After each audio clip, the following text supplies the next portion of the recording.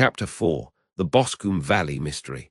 We were seated at breakfast one morning, my wife and I, when the maid brought in a telegram.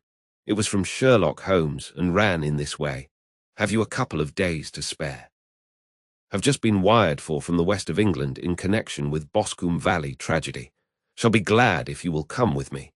Air and scenery perfect. Leave Paddington by the 11:15. What do you say, dear? Said my wife, looking across at me. Will you go? I really don't know what to say. I have a fairly long list at present. Oh, Anstruther would do your work for you. You have been looking a little pale lately. I think that the change would do you good, and you are always so interested in Mr. Sherlock Holmes cases. I should be ungrateful if I were not, seeing what I gained through one of them, I answered. But if I am to go, I must pack at once, for I have only half an hour. My experience of camp life in Afghanistan had at least had the effect of making me a prompt and ready traveller. My wants were few and simple, so that in less than the time stated, I was in a cab with my valise, rattling away to Paddington Station. Sherlock Holmes was pacing up and down the platform, his tall, gaunt figure made even gaunter and taller by his long grey travelling cloak and close-fitting cloth cap. It is really very good of you to come, Watson, said he. It makes a considerable difference to me, having someone with me on whom I can thoroughly rely. Local aid is always either worthless or else biased. If you will keep the 2 corner seats, I shall get the tickets. We had the carriage to ourselves save for an immense litter of papers which Holmes had brought with him. Among these he rummaged and read, with intervals of note-taking and of meditation, until we were past reading. Then he suddenly rolled them all into a gigantic ball and tossed them up onto the rack. Have you heard anything of the case? He asked. Not a word. I have not seen a paper for some days. The London press has not had very full accounts. I have just been looking through all the recent papers in order to master the particulars. It seems, from what I gather, to be one of those simple cases which are so extremely difficult. That sounds a little paradoxical, but it is profoundly true. Singularity is almost invariably a clue. The more featureless and commonplace a crime is, the more difficult it is to bring it home. In this case, however, they have established a very serious case against the son of the murdered man. It is a murder, then? Well, it is conjectured to be so.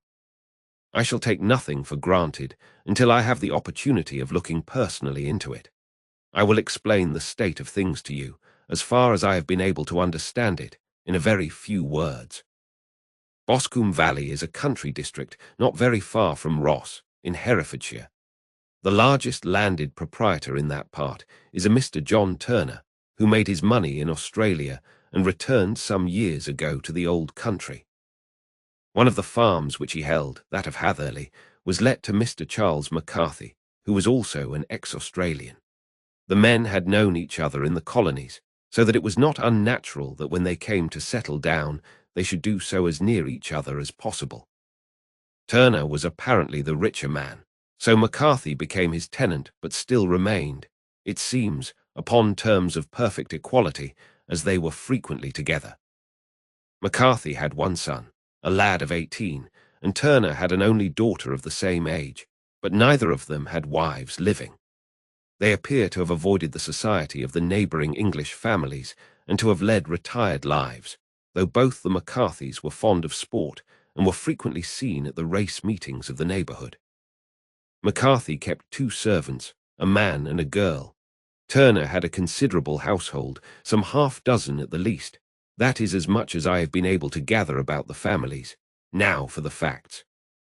On June 3rd, that is, on Monday last, McCarthy left his house at Hatherley about 3 in the afternoon and walked down to the Boscombe Pool, which is a small lake formed by the spreading out of the stream which runs down the Boscombe Valley.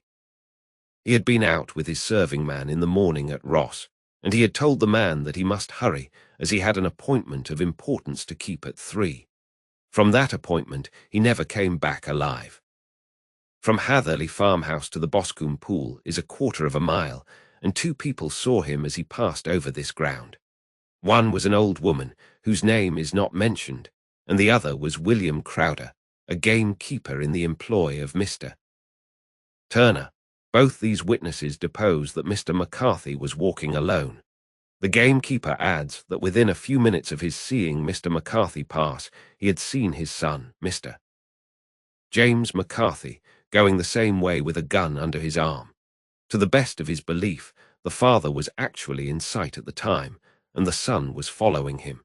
He thought no more of the matter until he heard in the evening of the tragedy that had occurred. The two McCarthys were seen after the time when William Crowder, the gamekeeper, lost sight of them.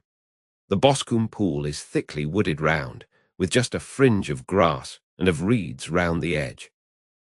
A girl of 14, Patience Moran, who is the daughter of the lodge-keeper of the Boscombe Valley estate, was in one of the woods picking flowers. She states that while she was there she saw, at the border of the wood and close by the lake, Mr. McCarthy and his son, and that they appeared to be having a violent quarrel. She heard Mr. McCarthy, the elder, using very strong language to his son, and she saw the latter raise up his hand as if to strike his father. She was so frightened by their violence that she ran away, and told her mother when she reached home that she had left the two McCarthys quarrelling near Boscombe Pool, and that she was afraid that they were going to fight. She had hardly said the words when young Mr. McCarthy came running up to the lodge to say that he had found his father dead in the wood, and to ask for the help of the lodge-keeper. He was much excited, without either his gun or his hat, and his right hand and sleeve were observed to be stained with fresh blood. On following him, they found the dead body stretched out upon the grass beside the pool. The head had been beaten in by repeated blows of some heavy and blunt weapon. The injuries were such as might very well have been inflicted by the butt end of his son's gun, which was found lying on the grass within a few paces of the body. Under these circumstances, the young man was instantly arrested, and a verdict of wilful murder, having been returned at the inquest on Tuesday, he was on Wednesday brought before the magistrates at Ross, who have referred the case to the next assizes. Those are the main facts of the case, as they came out before the coroner and the police court. I could hardly imagine a more damning case, I remarked. If ever circumstantial evidence pointed to a criminal, it does so here. Circumstantial evidence is a very tricky thing, answered Holmes thoughtfully. It may seem to point very straight to one thing, but if you shift your own point of view a little, you may find it pointing in an equally uncompromising manner to something entirely different. It must be confessed, however, that the case looks exceedingly grave against the young man, and it is very possible that he is indeed the culprit. There are several people in the neighbourhood, however, and among them Miss Turner, the daughter of the neighbouring landowner, who believe in his innocence, and who have retained Lestrade, whom you may recollect in connection with the study in Scarlet, to work out the case in his interest. Lestrade, being rather puzzled, has referred the case to me, and hence it is that two middle-aged gentlemen are flying westward at 50 miles an hour instead of quietly digesting their breakfasts at home. I am afraid, said I, that the facts are so obvious that you will find little credit to be gained out of this case. There is nothing more deceptive than an obvious fact, he answered, laughing. Besides, we may chance to hit upon some other obvious facts, which may have been by no means obvious to Mr. Lestrade. You know me too well to think that I am boasting when I say that I shall either confirm or destroy his theory by means which he is quite incapable of employing, or even of understanding. To take the first example to hand, I very clearly perceive that in your bedroom the window is upon the right-hand side, and yet I question whether Mr. Lestrade would have noted even so self-evident a thing as that. How on earth? My dear fellow, I know you well. I know the military neatness which characterizes you. You shave every morning, and in this season you shave by the sunlight. But since your shaving is less and less complete as we get farther back on the left side, until it becomes positively slovenly as we get round the angle of the jaw, it is surely very clear that that side is less illuminated than the other. I could not imagine a man of your habits looking at himself in an equal light and being satisfied with such a result. I only quote this as a trivial example of observation and inference. Therein lies my métier, and it is just possible that it may be of some service in the investigation which lies before us. There are one or two minor points which were brought out in the inquest, and which are worth considering. What are they? It appears that his arrest did not take place at once, but after the return to Hatherley Farm. On the inspector of constabulary informing him that he was a prisoner, he remarked that he was not surprised to hear it, and that it was no more than his deserts. This observation of his had the natural effect of removing any traces of doubt which might have remained in the minds of the coroner's jury. "It was a confession," I ejaculated. "No, for it was followed by a protestation of innocence. Coming on the top of such a damning series of events, it was at least a most suspicious remark." "On the contrary," said Holmes, "it is the brightest rift which I can at present see in the clouds." However innocent he might be, he could not be such an absolute imbecile as not to see that the circumstances were very black against him. Had he appeared surprised at his own arrest, or feigned indignation at it, I should have looked upon it as highly suspicious, because such surprise or anger would not be natural under the circumstances, and yet might appear to be the best policy to a scheming man. His frank acceptance of the situation marks him as either an innocent man, or else as a man of considerable self-restraint and firmness. As to his remark about his deserts, it was also not unnatural if you consider that he stood beside the dead body of his father, and that there is no doubt that he had that very day so far forgotten his filial duty as to bandy words with him, and even, according to the little girl whose evidence is so important, to raise his hand as if to strike him. The self-reproach and contrition which are displayed in his remark appear to me to be the signs of a healthy mind rather than of a guilty one. I shook my head. "Many men have been hanged on far slighter evidence," I remarked. "So they have. And many men have been wrongfully hanged. What is the young man's own account of the matter?" "It is, I am afraid, not very encouraging to his supporters, though there are one or two points in it which are suggestive. You will find it here, and may read it for yourself." He picked out from his bundle a copy of the local Herefordshire paper, and having turned down the sheet, he pointed out the paragraph in which the unfortunate young man had given his own statement of what had occurred. I settled myself down in the corner of the carriage and read it very carefully. It ran in this way: "Mr. James McCarthy, the only son of the deceased, was then called and gave evidence as follows. I had been away from home for 3 days at Bristol, and had only just returned upon the morning of last Monday, the 3rd. My father was absent from home at the time of my arrival, and I was informed by the maid that he had driven over to Ross with John Cobb, the groom. Shortly after my return, I heard the wheels of his trap in the yard, and looking out of my window, I saw him get out and walk rapidly out of the yard, though I was not aware in which direction he was going. I then took my gun and strolled out in the direction of the Boscombe Pool, with the intention of visiting the rabbit warren which is upon the other side. On my way I saw William Crowder, the gamekeeper, as he had stated in his evidence. But he is mistaken in thinking that I was following my father. I had no idea that he was in front of me. When about 100 yards from the pool, I heard a cry of cooey, which was a usual signal between my father and myself. I then hurried forward and found him standing by the pool.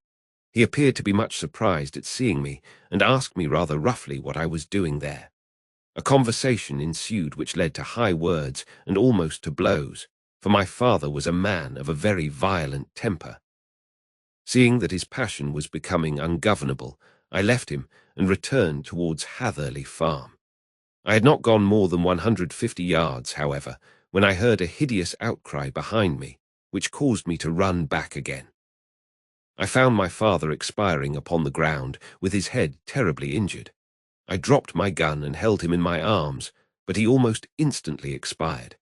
I knelt beside him for some minutes, and then made my way to Mr. Turner's lodge-keeper, his house being the nearest, to ask for assistance. I saw no one near my father when I returned, and I have no idea how he came by his injuries. He was not a popular man, being somewhat cold and forbidding in his manners, but he had, as far as I know, no active enemies. I know nothing further of the matter. The coroner, did your father make any statement to you before he died? Witness, he mumbled a few words, but I could only catch some allusion to a rat. The coroner, what did you understand by that? Witness, it conveyed no meaning to me. I thought that he was delirious. The coroner, what was the point upon which you and your father had this final quarrel? Witness, I should prefer not to answer. The coroner, I am afraid that I must press it. Witness, it is really impossible for me to tell you. I can assure you that it has nothing to do with the sad tragedy which followed. The coroner, that is for the court to decide. I need not point out to you that your refusal to answer will prejudice your case considerably in any future proceedings which may arise. Witness, I must still refuse. The coroner, I understand that the cry of cooey was a common signal between you and your father. Witness, it was. The coroner, how was it then that he uttered it before he saw you, and before he even knew that you had returned from Bristol? Witness, with considerable confusion, I do not know. A juryman, did you see nothing which aroused your suspicions when you returned on hearing the cry and found your father fatally injured? Witness, nothing definite. The coroner, what do you mean? Witness, I was so disturbed and excited as I rushed out into the open that I could think of nothing except of my father. Yet I have a vague impression that as I ran forward something lay upon the ground to the left of me. It seemed to me to be something grey in colour, a coat of some sort, or a plaid perhaps. When I rose from my father I looked round for it, but it was gone. Do you mean that it disappeared before you went for help? Yes, it was gone. You cannot say what it was. No. I had a feeling something was there. How far from the body? A dozen yards or so. And how far from the edge of the wood? About the same. Then, if it was removed, it was while you were within a dozen yards of it. Yes, but with my back towards it. This concluded the examination of the witness. I see, said I as I glanced down the column, that the coroner in his concluding remarks was rather severe upon young McCarthy. He calls attention, and with reason, to the discrepancy about his father having signalled to him before seeing him, also to his refusal to give details of his conversation with his father, and his singular account of his father's dying words. They are all, as he remarks, very much against the son. Holmes laughed softly to himself and stretched himself out upon the cushioned seat. Both you and the coroner have been at some pains, said he, to single out the very strongest points in the young man's favour. Don't you see that you alternately give him credit for having too much imagination and too little? Too little, if he could not invent a cause of quarrel which would give him the sympathy of the jury. Too much, if he evolved from his own inner consciousness anything so outré as a dying reference to a rat, and the incident of the vanishing cloth.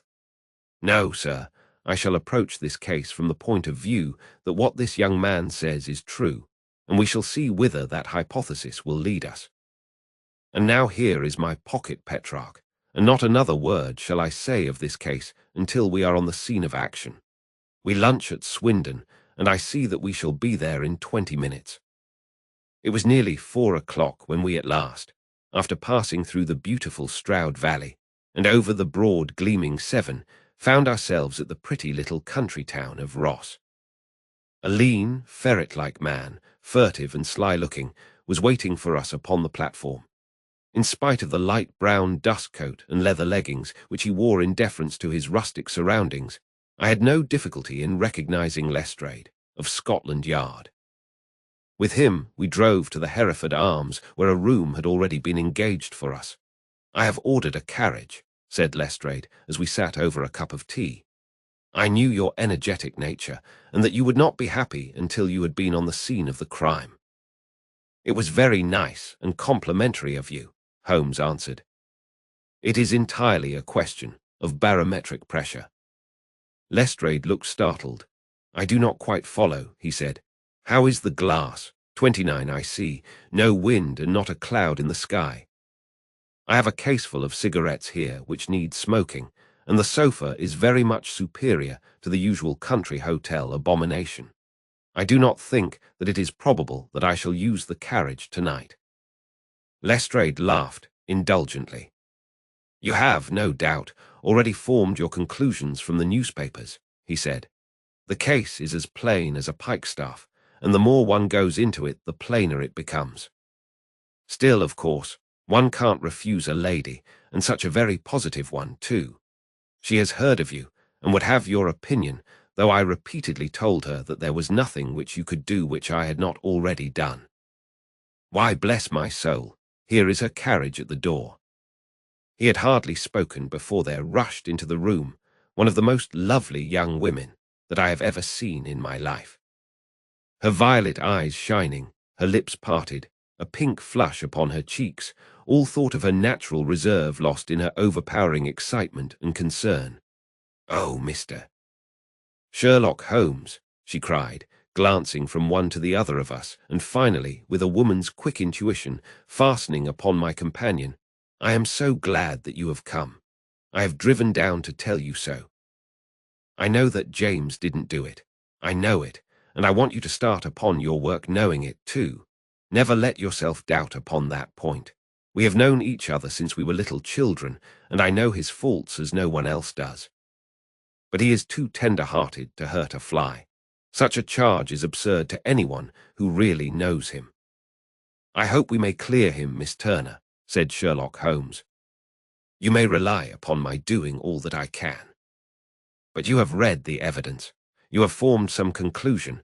Do you not see some loophole, some flaw? Do you not yourself think that he is innocent?" "I think that it is very probable." "There now," she cried, throwing back her head and looking defiantly at Lestrade. "You hear, he gives me hopes." Lestrade shrugged his shoulders. "I am afraid that my colleague has been a little quick in forming his conclusions," he said. "But he is right. Oh, I know that he is right. James never did it.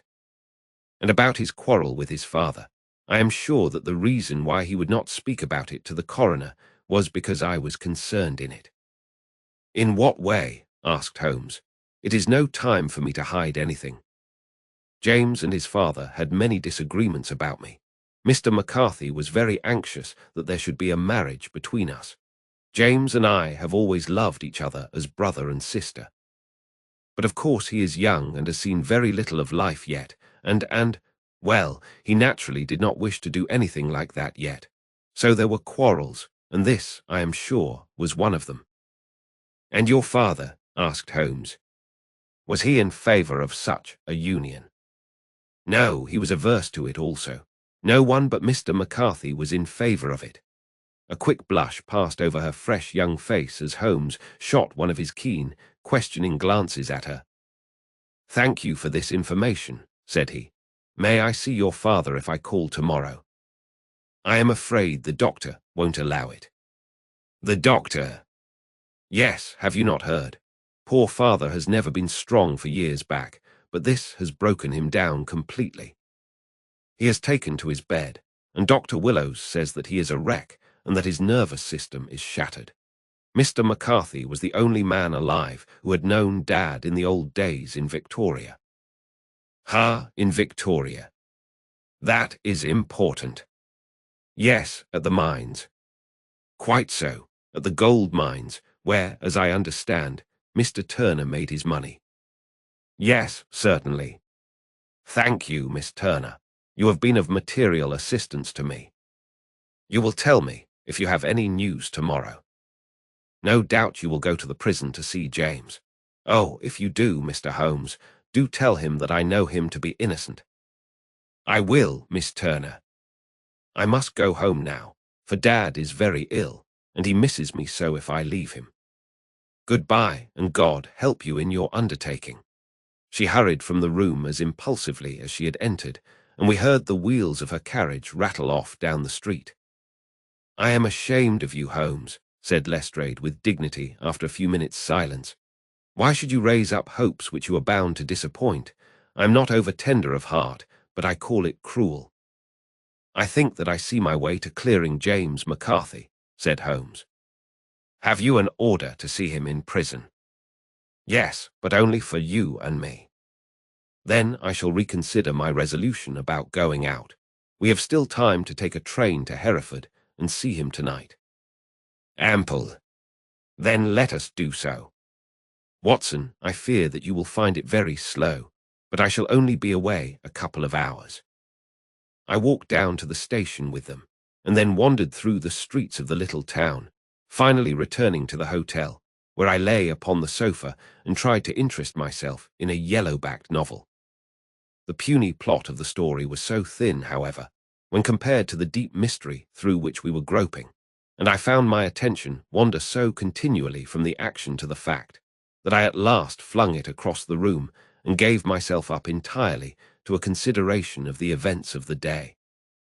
Supposing that this unhappy young man's story were absolutely true, then what hellish thing, what absolutely unforeseen and extraordinary calamity could have occurred between the time when he parted from his father, and the moment when, drawn back by his screams, he rushed into the glade? It was something terrible and deadly. What could it be? Might not the nature of the injuries reveal something to my medical instincts? I rang the bell and called for the weekly county paper, which contained a verbatim account of the inquest. In the surgeon's deposition, it was stated that the posterior third of the left parietal bone and the left half of the occipital bone had been shattered by a heavy blow from a blunt weapon. I marked the spot upon my own head. Clearly such a blow must have been struck from behind. That was to some extent in favor of the accused, as when seen quarreling he was face to face with his father. Still, it did not go for very much, for the older man might have turned his back before the blow fell. Still, it might be worth while to call Holmes' attention to it. Then there was the peculiar dying reference to a rat. What could that mean? It could not be delirium. A man dying from a sudden blow does not commonly become delirious. No, it was more likely to be an attempt to explain how he met his fate. But what could it indicate? I cudgelled my brains to find some possible explanation. And then the incident of the grey cloth seen by young McCarthy. If that were true, the murderer must have dropped some part of his dress, presumably his overcoat, in his flight, and must have had the hardihood to return and to carry it away at the instant when the son was kneeling with his back turned not a dozen paces off. What a tissue of mysteries and improbabilities the whole thing was. I did not wonder at Lestrade's opinion, and yet I had so much faith in Sherlock Holmes' insight that I could not lose hope as long as every fresh fact seemed to strengthen his conviction of young McCarthy's innocence. It was late before Sherlock Holmes returned. He came back alone, for Lestrade was staying in lodgings in the town. "The glass still keeps very high," he remarked as he sat down. "It is of importance that it should not rain before we are able to go over the ground. On the other hand, a man should be at his very best and keenest for such nice work as that, and I did not wish to do it when fagged by a long journey. I have seen young McCarthy. And what did you learn from him?" "Nothing." "Could he throw no light?" "None at all. I was inclined to think at one time that he knew who had done it and was screening him or her, but I am convinced now that he is as puzzled as everyone else. He is not a very quick-witted youth, though comely to look at, and I should think sound at heart." "I cannot admire his taste," I remarked, "if it is indeed a fact that he was averse to a marriage with so charming a young lady as this Miss Turner. Ah, thereby hangs a rather painful tale.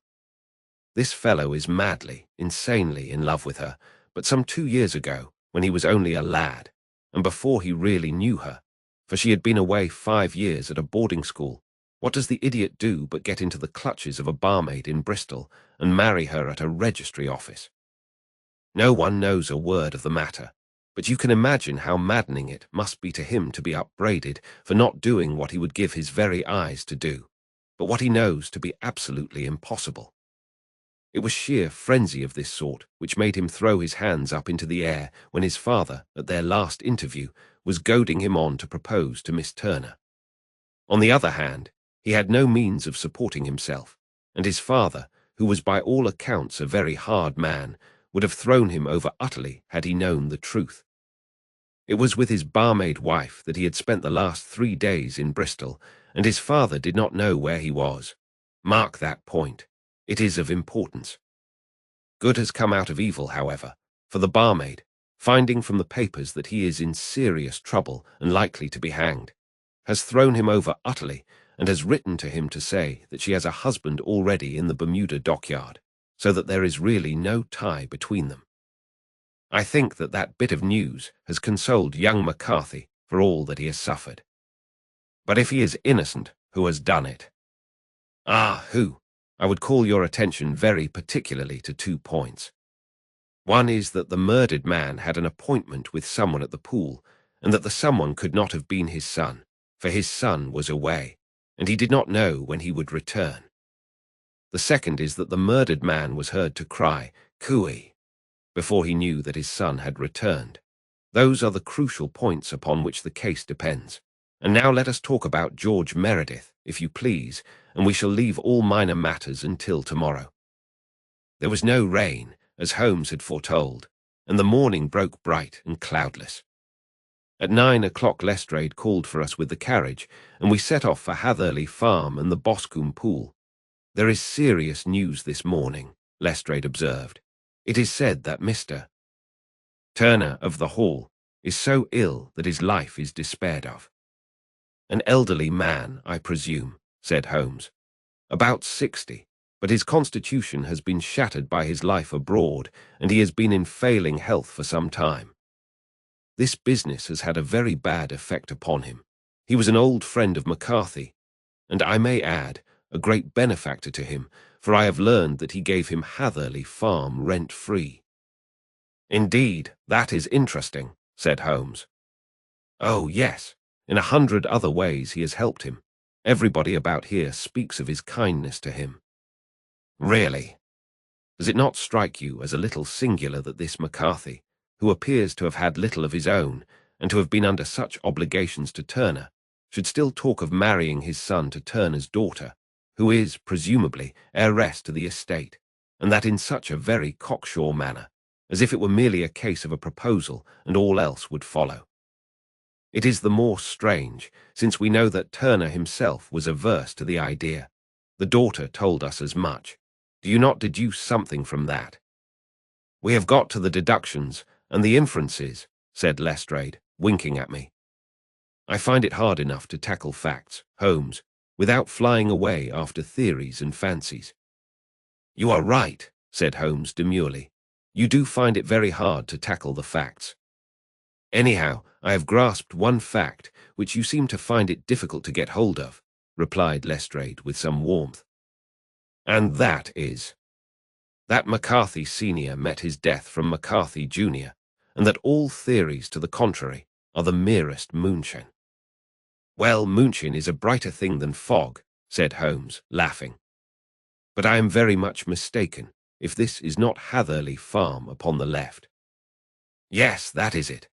It was a widespread, comfortable-looking building, 2-storied, slate-roofed, with great yellow blotches of lichen upon the grey walls.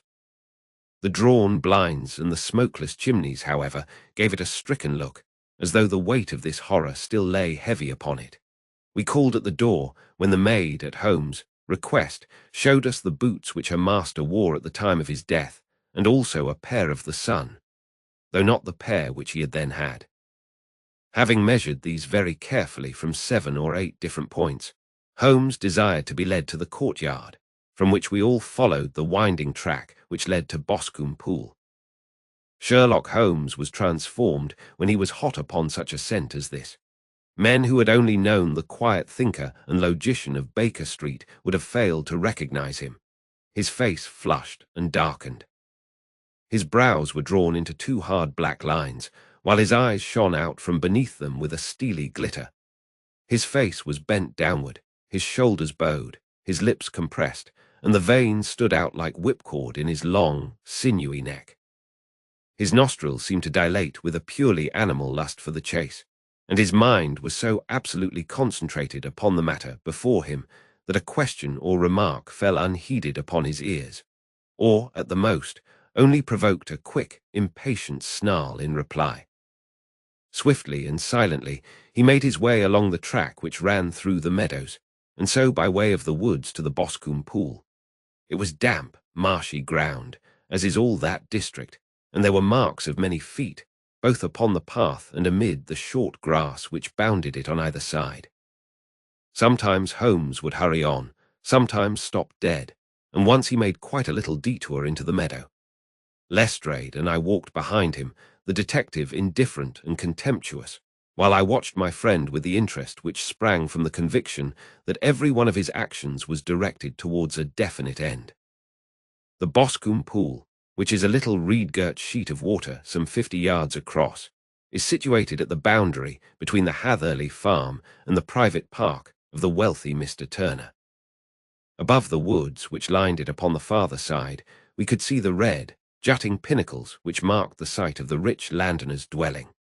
On the Hatherley side of the pool, the woods grew very thick, and there was a narrow belt of sodden grass 20 paces across between the edge of the trees and the reeds which lined the lake. Lestrade showed us the exact spot at which the body had been found, and indeed, so moist was the ground that I could plainly see the traces which had been left by the fall of the stricken man. To Holmes, as I could see by his eager face and peering eyes, very many other things were to be read upon the trampled grass. He ran round, like a dog who is picking up a scent, and then turned upon my companion. "What did you go into the pool for?" he asked. "I fished about with a rake. I thought there might be some weapon or other trace, but how on earth?" "Oh, tut, tut, I have no time. That left foot of yours with its inward twist is all over the place. A mole could trace it, and there it vanishes among the reeds.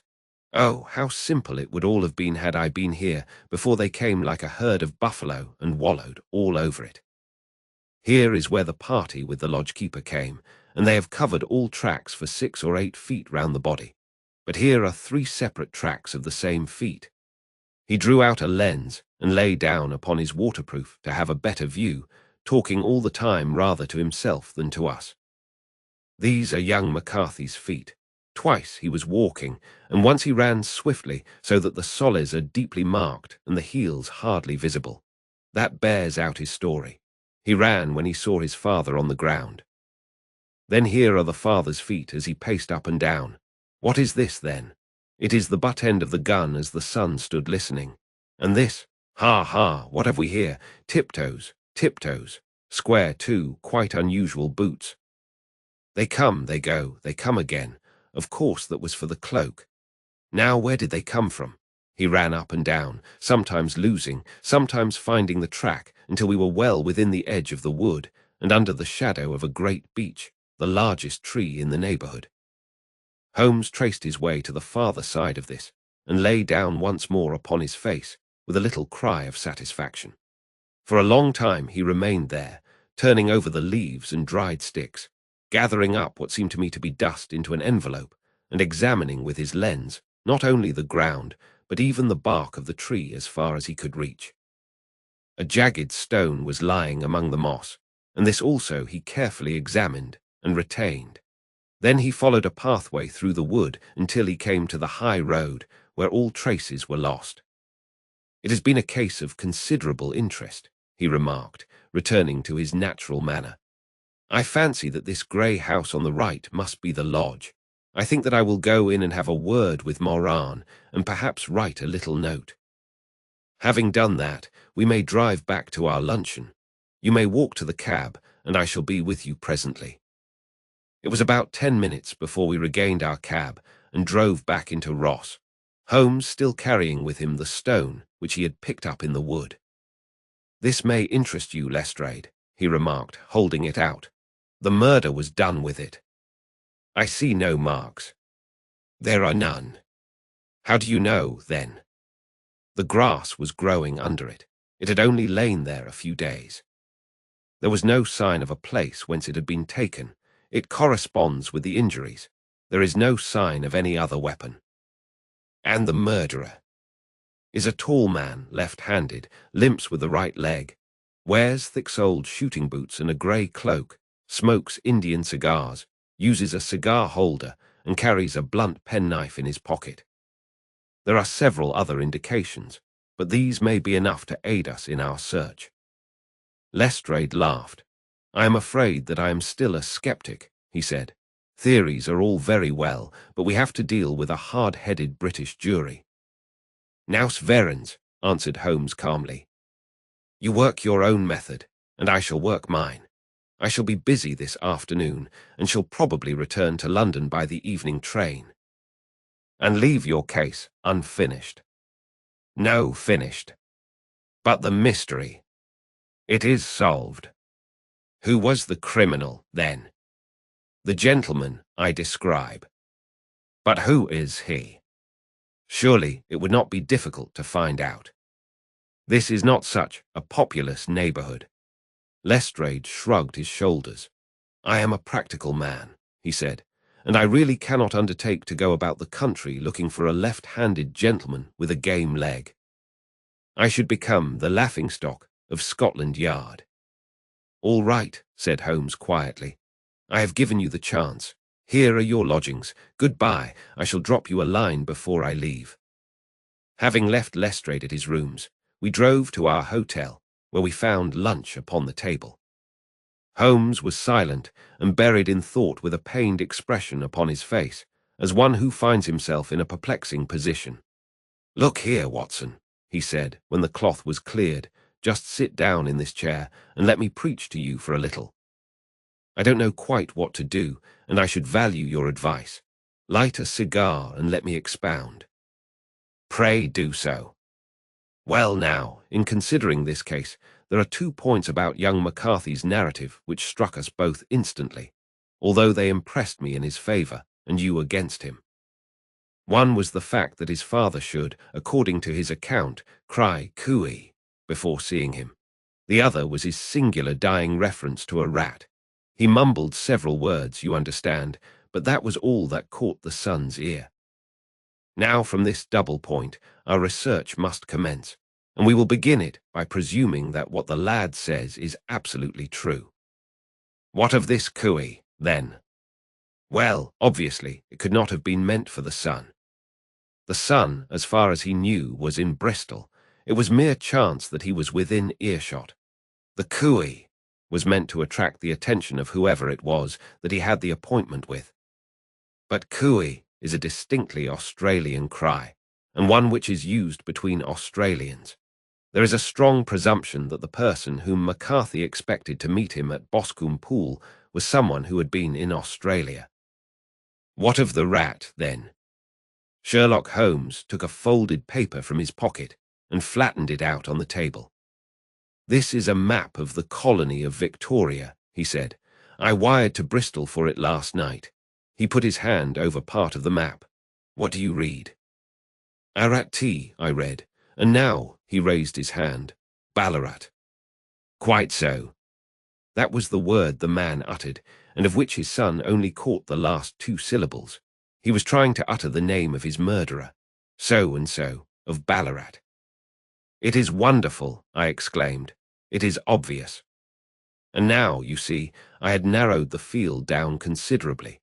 The possession of a grey garment was a third point which, granting the son's statement to be correct, was a certainty. We have come now out of mere vagueness to the definite conception of an Australian from Ballarat with a grey cloak. Certainly. And one who was at home in the district, for the pool can only be approached by the farm or by the estate, where strangers could hardly wander. Quite so. Then comes our expedition of today. By an examination of the ground, I gained the trifling details which I gave to that imbecile Lestrade, as to the personality of the criminal. But how did you gain them? You know my method. It is founded upon the observation of trifles. His height I know that you might roughly judge from the length of his stride. His boots, too, might be told from their traces. Yes, they were peculiar boots. But his lameness, the impression of his right foot, was always less distinct than his left. He put less weight upon it. Why? Because he limped, he was lame. But his left-handedness. You were yourself struck by the nature of the injury, as recorded by the surgeon at the inquest. The blow was struck from immediately behind, and yet was upon the left side. Now, how can that be unless it were by a left-handed man? He had stood behind that tree during the interview between the father and son. He had even smoked there. I found the ash of a cigar, which my special knowledge of tobacco ashes enables me to pronounce as an Indian cigar. I have, as you know, devoted some attention to this, and written a little monograph on the ashes of 140 different varieties of pipe, cigar, and cigarette tobacco. Having found the ash, I then looked round and discovered the stump among the moss where he had tossed it. It was an Indian cigar, of the variety which are rolled in Rotterdam. And the cigar holder. I could see that the end had not been in his mouth. Therefore he used a holder. The tip had been cut off, not bitten off, but the cut was not a clean one, so I deduced a blunt penknife. "Holmes," I said, "you have drawn a net round this man from which he cannot escape, and you have saved an innocent human life as truly as if you had cut the cord which was hanging him. I see the direction in which all this points. The culprit is—" "Mr. John Turner," cried the hotel waiter, opening the door of our sitting room and ushering in a visitor. The man who entered was a strange and impressive figure. His slow, limping step and bowed shoulders gave the appearance of decrepitude, and yet his hard, deep-lined, craggy features and his enormous limbs showed that he was possessed of unusual strength of body and of character. His tangled beard, grizzled hair, and outstanding, drooping eyebrows combined to give an air of dignity and power to his appearance, but his face was of an ashen white, while his lips and the corners of his nostrils were tinged with a shade of blue. It was clear to me at a glance that he was in the grip of some deadly and chronic disease. "Pray sit down on the sofa," said Holmes gently. "You had my note." "Yes, the lodge keeper brought it up. You said that you wished to see me here to avoid scandal. I thought people would talk if I went to the hall." "And why did you wish to see me?" He looked across at my companion with despair in his weary eyes, as though his question was already answered. "Yes," said Holmes, answering the look rather than the words. "It is so. I know all about McCarthy." The old man sank his face in his hands. "God help me," he cried, "but I would not have let the young man come to harm. I give you my word that I would have spoken out if it went against him at the assizes." "I am glad to hear you say so," said Holmes gravely. "I would have spoken now had it not been for my dear girl. It would break her heart. It will break her heart when she hears that I am arrested." "It may not come to that," said Holmes. "What?" "I am no official agent. I understand that it was your daughter who required my presence here, and I am acting in her interests. Young McCarthy must be got off, however." "I am a dying man," said old Turner. "I have had diabetes for years. My doctor says it is a question whether I shall live a month. Yet I would rather die under my own roof than in a jail." Holmes rose and sat down at the table with his pen in his hand and a bundle of paper before him. "Just tell us the truth," he said. "I shall jot down the facts. You will sign it, and Watson here can witness it. Then I could produce your confession at the last extremity to save young McCarthy. I promise you that I shall not use it unless it is absolutely needed." "It's as well," said the old man. "It's a question whether I shall live to the assizes, so it matters little to me, but I should wish to spare Alice the shock. And now I will make the thing clear to you. It has been a long time in the acting, but will not take me long to tell. You didn't know this dead man, McCarthy. He was a devil incarnate. I tell you that. God keep you out of the clutches of such a man as he. His grip has been upon me these 20 years, and he has blasted my life. I'll tell you first how I came to be in his power. It was in the early 60s at the diggings. I was a young chap then, hot-blooded and reckless, ready to turn my hand at anything. I got among bad companions, took to drink, had no luck with my claim, took to the bush, and in a word became what you would call over here a highway robber. There were 6 of us, and we had a wild, free life of it, sticking up a station from time to time or stopping the wagons on the road to the diggings. Black Jack of Ballarat was the name I went under, and our party is still remembered in the colony as the Ballarat Gang. One day, a gold convoy came down from Ballarat to Melbourne, and we lay in wait for it and attacked it. There were 6 troopers and 6 of us, so it was a close thing, but we emptied 4 of their saddles at the first volley. 3 of our boys were killed, however, before we got the swag. I put my pistol to the head of the wagon driver, who was this very man McCarthy. I wished to the Lord that I had shot him then, but I spared him, though I saw his wicked little eyes fixed on my face, as though to remember every feature. We got away with the gold, became wealthy men, and made our way over to England without being suspected. There I parted from my old pals and determined to settle down to a quiet and respectable life. I bought this estate, which chanced to be in the market, and I set myself to do a little good with my money to make up for the way in which I had earned it. I married, too, and though my wife died young, she left me my dear little Alice. Even when she was just a baby, her wee hand seemed to lead me down the right path as nothing else had ever done. In a word, I turned over a new leaf and did my best to make up for the past. All was going well when McCarthy laid his grip upon me.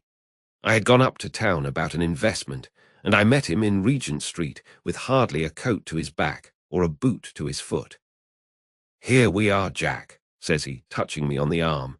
"We'll be as good as a family to you. There's 2 of us, me and my son, and you can have the keeping of us. If you don't, it's a fine, law-abiding country is England, and there's always a policeman within hail." Well, down they came to the West Country. There was no shaking them off, and there they have lived, rent-free on my best land ever since. There was no rest for me, no peace, no forgetfulness. Turn where I would, there was his cunning, grinning face at my elbow. It grew worse as Alice grew up, for he soon saw I was more afraid of her knowing my past than of the police. Whatever he wanted he must have, and whatever it was I gave him without question, land, money, houses, until at last he asked a thing which I could not give. He asked for Alice. His son, you see, had grown up, and so had my girl, and as I was known to be in weak health, it seemed a fine stroke to him that his lad should step into the whole property. But there I was firm. I would not have his cursed stock mixed with mine, not that I had any dislike to the lad, but his blood was in him, and that was enough. I stood firm. McCarthy threatened. I braved him to do his worst. We were to meet at the pool midway between our houses to talk it over. When I went down there, I found him talking with his son, so I smoked a cigar and waited behind a tree until he should be alone. But as I listened to his talk, all that was black and bitter in me seemed to come uppermost. He was urging his son to marry my daughter with as little regard for what she might think as if she were a slut from off the streets. It drove me mad to think that I and all that I held most dear should be in the power of such a man as this. Could I not snap the bond? I was already a dying and a desperate man. Though clear of mind and fairly strong of limb, I knew that my own fate was sealed. But my memory and my girl, both could be saved if I could but silence that foul tongue. I did it, Mr. Holmes. I would do it again. Deeply as I have sinned, I have led a life of martyrdom to atone for it. But that my girl should be entangled in the same meshes which held me was more than I could suffer.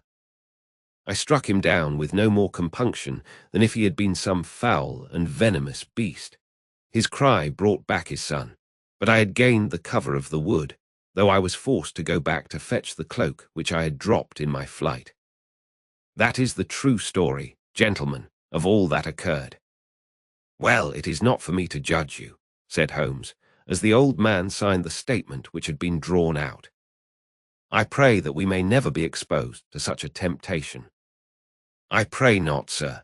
And what do you intend to do?" "In view of your health, nothing.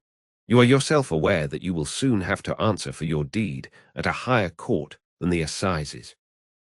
I will keep your confession, and if McCarthy is condemned, I shall be forced to use it. If not, it shall never be seen by mortal eye, and your secret, whether you be alive or dead, shall be safe with us. Farewell, then, said the old man solemnly. Your own deathbeds, when they come, will be the easier for the thought of the peace which you have given to mine. Tottering and shaking in all his giant frame, he stumbled slowly from the room. God help us, said Holmes after a long silence. Why does fate play such tricks with poor, helpless worms? I never hear of such a case as this that I do not think of Baxter's words, and say, there, but for the grace of God, goes Sherlock Holmes. James McCarthy was acquitted at the assizes on the strength of a number of objections which had been drawn out by Holmes and submitted to the defending counsel. Old Turner lived for 7 months after our interview, but he is now dead, and there is every prospect that the son and daughter may come to live happily together in ignorance of the black cloud which rests upon their past.